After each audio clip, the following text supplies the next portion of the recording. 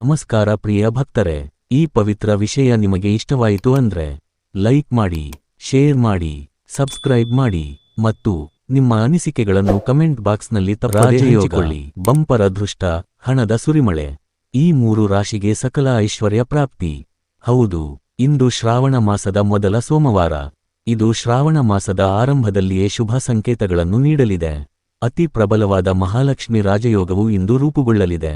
ರಾಜಯೋಗವು ಕೆಲವು ರಾಶಿಗಳ ಜೀವನದಲ್ಲಿ ಮಹತ್ತರ ಬದಲಾವಣೆಗಳನ್ನು ತರಲಿದೆ. ಅಪಾರ ಧನ ಸಂಪತ್ತು ಮತ್ತು ಯಶಸ್ಸನ್ನು ತರಲಿದೆ. ಈ ರಾಜಯೋಗದಿಂದ ಯಾವ ರಾಶಿಗೆ ಅದೃಷ್ಟ ಕೈ ಹಿಡಿಯಲಿದೆ ಎಂಬುದನ್ನು ತಿಳಿಯೋಣ ಬನ್ನಿ. ಶ್ರಾವಣ ಮಾಸವು ಆರಂಭಗೊಂಡಿದೆ. ಸಾಮಾನ್ಯವಾಗಿ ಎಲ್ಲಾ ಗ್ರಹಗಳು ತಮ್ಮ ರಾಶಿಯನ್ನು ಬದಲಾಯಿಸುತ್ತಿರುತ್ತವೆ. ಇದರಿಂದ ಶುಭ ಅಥವಾ ಅಶುಭ ಯೋಗಗಳು ನಿರ್ಮಾಣವಾಗುತ್ತವೆ. ಜ್ಯೋತಿಷ್ಯದ ಪ್ರಕಾರ ಅತ್ಯಂತ ವೇಗವಾಗಿ ಚಲಿಸುವ ಗ್ರಹವಾದ ಚಂದ್ರನು ಧೈರ್ಯದ ಅಧಿಪತಿಯಾದ ಮಂಗಳನೊಂದಿಗೆ ಒಂದಾದಾಗ ಈ ಮಹಾಲಕ್ಷ್ಮಿ ರಾಜಯೋಗವು ರೂಪುಗೊಳ್ಳುತ್ತದೆ. ಈ ಗ್ರಹಗಳ ಸಂಯೋಜನೆಯು ಅತ್ಯಂತ ಮಂಗಳಕರವೆಂದು ಪರಿಗಣಿಸಲಾಗಿದೆ. ಇದು ವಿಶೇಷವಾಗಿ ಆರ್ಥಿಕ ಮತ್ತು ವೃತ್ತಿಜೀವನದ ವಿಷಯದಲ್ಲಿ ಸಕಾರಾತ್ಮಕ ಪರಿಣಾಮಗಳನ್ನು ಬೀರುತ್ತದೆ. ಈ ಮಹಾಲಕ್ಷ್ಮಿ ರಾಜಯೋಗದಿಂದ ಲಾಭ ಪಡೆಯುವ 3 ಅದೃಷ್ಟಶಾಲಿ ರಾಶಿಗಳು ಇಲ್ಲಿವೆ. ಈ ರಾಜಯೋಗವು ಕೆಲವು ರಾಶಿಗಳ ಜೀವನದಲ್ಲಿ ಮಹತ್ತರ ಬದಲಾವಣೆಗಳನ್ನು ತರಲಿದೆ. ಅಪಾರ ಧನ ಸಂಪತ್ತು ಮತ್ತು ಯಶಸ್ಸನ್ನು ತರಲಿದೆ.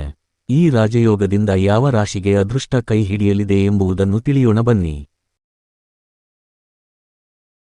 ಮೇಷರಾಶಿ, ಮನೆಯಲ್ಲಿ ಶುಭ ಕಾರ್ಯ.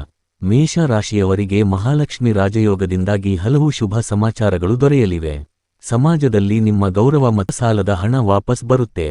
ಧನು ರಾಶಿಯವರಿಗೆ ಮಹಾಲಕ್ಷ್ಮಿ ರಾಜಯೋಗದ ಪ್ರಭಾವದಿಂದ ಹಲವು ಕ್ಷೇತ್ರಗಳಲ್ಲಿ ಯಶಸ್ಸು ಸಿಗುವ ಸಾಧ್ಯತೆ ಇದೆ. ಈ ರಾಶಿಯವರಿಗೆ ಅನಿರೀಕ್ಷಿತವಾಗಿ ಆರ್ಥಿಕ ಲಾಭಗಳು ಒದಗಿ ಬರಬಹುದು.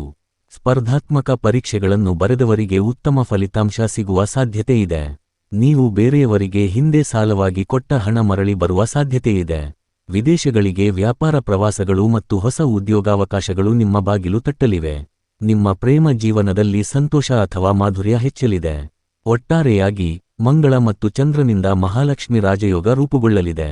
ಈ ಮಹಾಲಕ್ಷ್ಮಿ ರಾಜಯೋಗವು ಈ 3 ರಾಶಿಗಳ ಜನರಿಗೆ ಅದೃಷ್ಟ ಮತ್ತು ಸಮೃದ್ಧಿಯನ್ನು ತರಲಿದೆ ಎಂದು ಹೇಳಲಾಗಿದೆ.